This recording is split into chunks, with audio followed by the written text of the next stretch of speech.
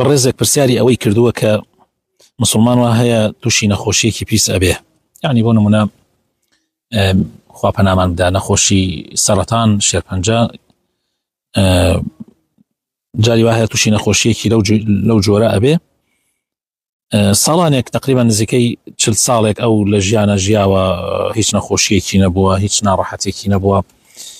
ئێستا تووشی نەخۆشیەک ئەبێ، ئایا ئەتوانێت دوعا بکە؟ یعنی ئەو بەڕێزە ئەڵێ من شەرمەکەم دوعا بکەم، شەرمەکەم دوعا بکەم، چونکە خوای تەعالا لەشی ساغی پێدا بووم ماوەیەکی زۆر، ئێستا لە کتوبڕێکە من تووشی نەخۆشی بووم، دوعای 40 ساڵ لە نیعمەت و لە نازی ئەم دنیاە من تایە ژیاوم، ئێستا خوای تەعالا بارێکی داوەتە سەرمان من دوعا بکەم، ئایا وەکو بڵی دوعاکەی پێچەوانەی شەرع ناڕازی بوون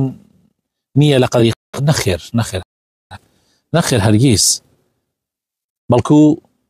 لەش ساغی هەر قەدەری خوایە ئینسان کاتێ لەشی ساغ بێ و خوای تەعالا نیعمەتێکی پێ بدا پێویستە شکری خوای پەروەردگاری لەسەر بکە، و موسیبەت و ناڕەحەتیەکانیش کە دێتە سەر ئینسانە کە خوای تەعالا عەبدەکانی خۆی تاقیە کاتەوە و تایە سەرکەوتوو ئەبن و موفق بن، سەبرەگرن، تەحەمولەکەن، بۆ ئیماندار ئەبێ بەخێر. وە لە حەدیثێکی پێغەمبەر هاتووە صلی الله عليه وسلم عەجیبە کاری مسلمان، و تەنها ئەوە بۆ مسلمانە کەوا کاتێ تووشی خۆشیەکە بێ، تووشی چاکیەکە بێ، شکری خوای پەروەردگاری لەسەرەکە، و کاتێکیش تووشی ناڕەحەتی و ناخۆشیەکە بێ سەبری لەسەرەگرێ. یعنی بەڕاستی ئەمە هەمووی هەر بۆ ئیماندار خێرە، لە هەر دوو حاڵەتەکە هەر بۆ ئیماندار خێرە. و پێغەمبەری خوا صلی الله عليه وسلم خۆی کاتێ نەخۆش کەوتووە دوعای خێری کردووە، ڕوقیەی بۆ خۆی کردووە و ڕوقیەی بۆ نەخۆشی مسلمانان کردووە، و دائما فێری کردوین کە ئێمە دوعا بکەین بڵێن اللهم إنا نسألك العفو والعافية، خوایە ئێمە داوات لێکەین کە لێمان خۆش ببێ ئەگەر گوناحێکمان کرد بێ و لاشەمان ساغ بکەین. لەش ساغی زیاتر هانی ئینسانەدا کەوا عیبادەتی خوا بکە و نزیکترە کاتەوە لە عیبادەتکردن، بەڵام ئەمە معنای ئەوە نییە کە نەخۆشی و سەبرگرتن لەسەری کەمە، نە زۆر زۆرە، بەڵام لەش ساغەکە ئەمانێکی زیاتری تایە، چکە لەوانەیە خوا پەنامامدا هەنێ کەسێ بەرگەی ناڕەحەتی و نەخۆشی نەگرێ، بۆیە خوای تەعالا مەجالی داوە ئینسان دوعای خێر بکە، بۆ دوعا بکە کە خوای تەعالا شیفای بدە. تۆ تەماشای پێغەمبەر ئەیوب مەکە، یعنی کاتێک ئەڵێن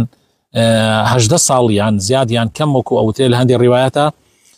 پێغەمبەر ئەیوب نەخۆش بووە، هەرگیز داوای لەخوا نەکردو، شەرمی کرد و داوا لە خوای پەروەردگار بکە کە خوای تەعالا نەخۆشی و ناڕەحەتیەکانی لەسەر لابە. بۆ لە ئەخیریشە کاتێ دوعا ئەکات ئیتر لە ئاخر لەحەظاتە هەر بەغیر مباشر بە شەرمەوە ئەڵێ ربی ئینی مەسەنی الضر وأنت أرحم الراحمین، یعنی من تووشی ناڕەحەتی و ناخۆشیێکی زۆر هاتم، تۆش ئەرحەم الراحمینی. یعنی ئەوە پێغەمبەری خوایە و خوای تەعالا ئیکا بە قودوەیەک بۆ هەموو مرۆڤایەتی، لەوانەیە گشت کەسی ئەوەی پێ نەکرێ کە پێغەمبەر ئەیوب پێی کراوە. بۆیە زۆر زۆر ئاساییە ئینسان داوا بکە لە خوای پەروەردگار، و پێغەمبەری خوا صلی الله عليه وسلم داوای کردووە و دوعای کردووە.